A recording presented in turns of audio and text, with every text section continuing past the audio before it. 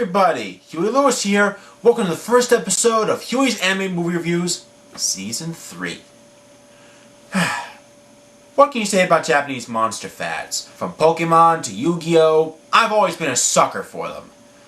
But sadly, fads come and go. When Pokemon was first released in the States, I watched the show and played the games, up until the third season. When Yu-Gi-Oh! Came out, I collected the cards and watched the show, up until GX reared its ugly head. But amidst all these franchises, there was one that immediately grabbed my attention, and I've loved it ever since. This is Digimon.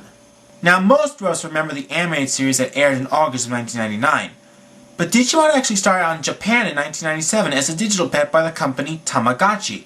Every owner would start out with a baby Digimon, train it, evolve it, take care of it, and then have battles with other Digimon owners to see who was stronger. Like most Japanese games and toys, it was quickly requested to be an animated series. Now, I was skeptical about the commercials for this show. I mean, my brother owned a digital monster, but it didn't seem really exciting. But I thought I'd give the show a chance. So, August 1999 came, and the opening titles appeared on screen. From that moment, I was hooked.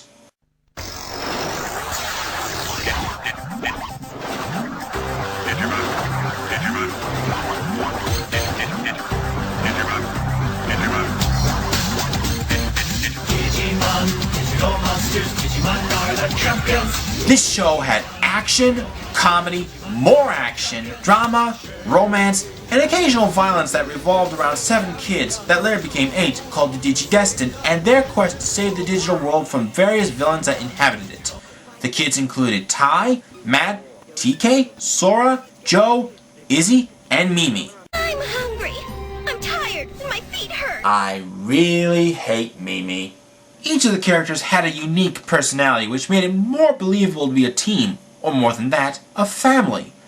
We had a leader, a lone wolf, an innocent boy, a den mother, a voice of reason, a high-tech whiz, and a spoiled bitch. Like I said, later in the show, Tai's younger sister Kari joins the team and made our little family here complete. From beginning to end, each episode was an adventure. Much like Sonic is an alternative to Mario, Digimon treated itself more seriously and was a perfect alternative to Pokemon. And much like Pokemon, Digimon got its own movie, and that is the subject of my review today. So, released in America on October 6, 2000, the movie is Digimon the Movie.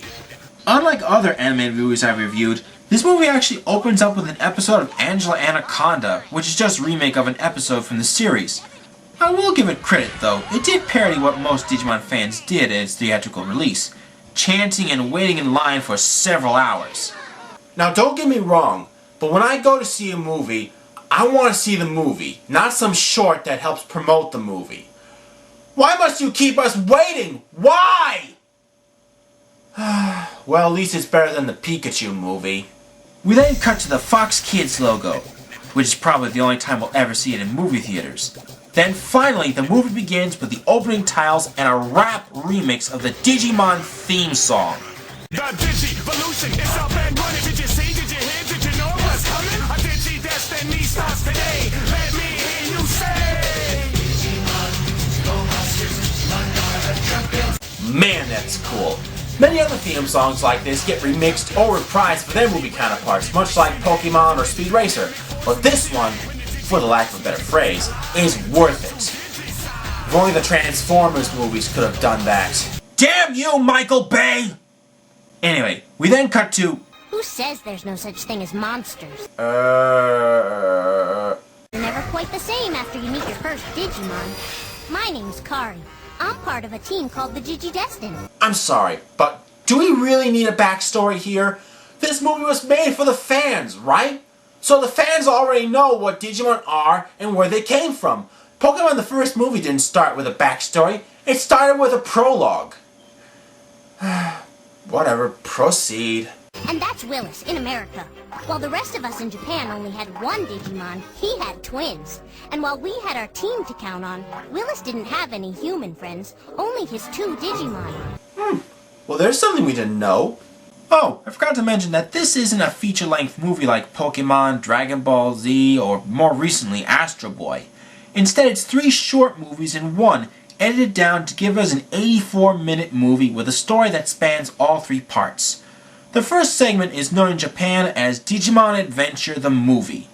It focuses on Tai and Kari Kamiya 4 years before their adventure in the digital world. Tai and Kari wake up one morning to find a Digi-egg that came out of their computer the night before, and the egg soon hatches, revealing a Botamon. Come here, little baby. Oh crap, it's a face hugger! Quick, kill it before it implants an egg into his stomach! It then runs, glides, rolls, whatever, under the bed. Did it steal the power from Bubble Man or something? I mean, blowing bubbles? And then the Botamon and Kari begin to... Bow, bow, bow, bow, bow, bow. whistle the Digimon theme song? Okay. Kari then feeds Botamon Tai's candy. After a small talk and a phone call that gets cut, Botamon digivolves into Koromon. It can't get any worse. It just got worse. Oh. Just lovely. What the?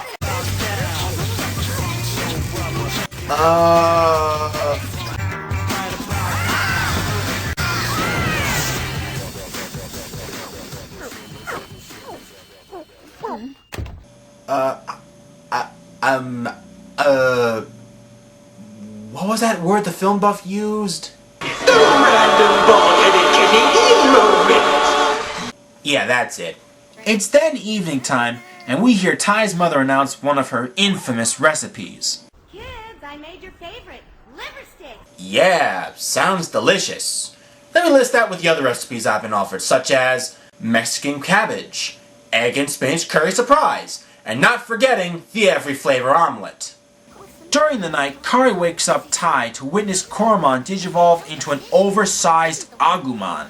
You should know that this Koromon isn't the one we became friends with later on. And this one Digivolved, he expanded more than my Uncle Fred at Thanksgiving. This Agumon then goes out and unintentionally destroys a good part of the neighborhood with Kari riding on his back and Tai not far behind them. We then get a scene which is to me, hands down, the funniest piece of dialogue in the movie. It starts when Agumon crosses the road and nearly gets hit by a semi-truck. The driver's response? Did you see that? No, I was sleeping. But you're driving! Oh, I also forgot to mention that the English translations in this movie consist of mostly jokes and one-liners. But don't worry, they're not bad. In fact, they're something you or I would say in conversation under the right circumstances. Just then, a second Digi-egg, one that looks like the frickin' Death Star, appears in the sky to reveal an evil Digimon, Parrotmon. Okay, now we're starting to get somewhere. Probably want a cracker? A really big cracker? We then go through the cliche battle. Agumon tries to fight Parrotmon, but isn't strong enough. After being knocked down by Parrotmon, he digivolves into the badass dinosaur Greymon. I'm Greymon now. You can be whoever you want. Big guy. Yeah, time to kick some big bird ass!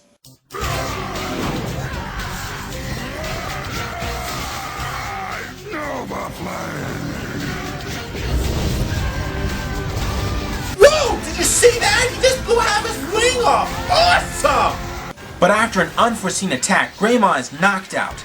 Tai then sees Kari trying to blow her whistle to wake up Greymon, but to no avail. This gives Tai an idea.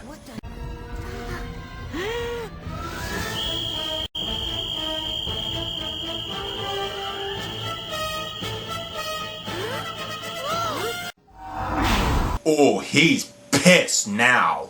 And with all his might, Greymon fires the biggest Nova Blast that wipes out Parrotmon to a piece of kick-ass music. But unfortunately, the attack also affects Greymon himself. And now, more narration from Kari. That night changed our lives. It was a while before we realized that those of us who saw what happened became the Digidestined. It was even longer before we found out that Willis met his Digimon that same night. He had to learn on his own that being a Digidestined means sometimes you gotta save the world, even if you're the one who caused the problem.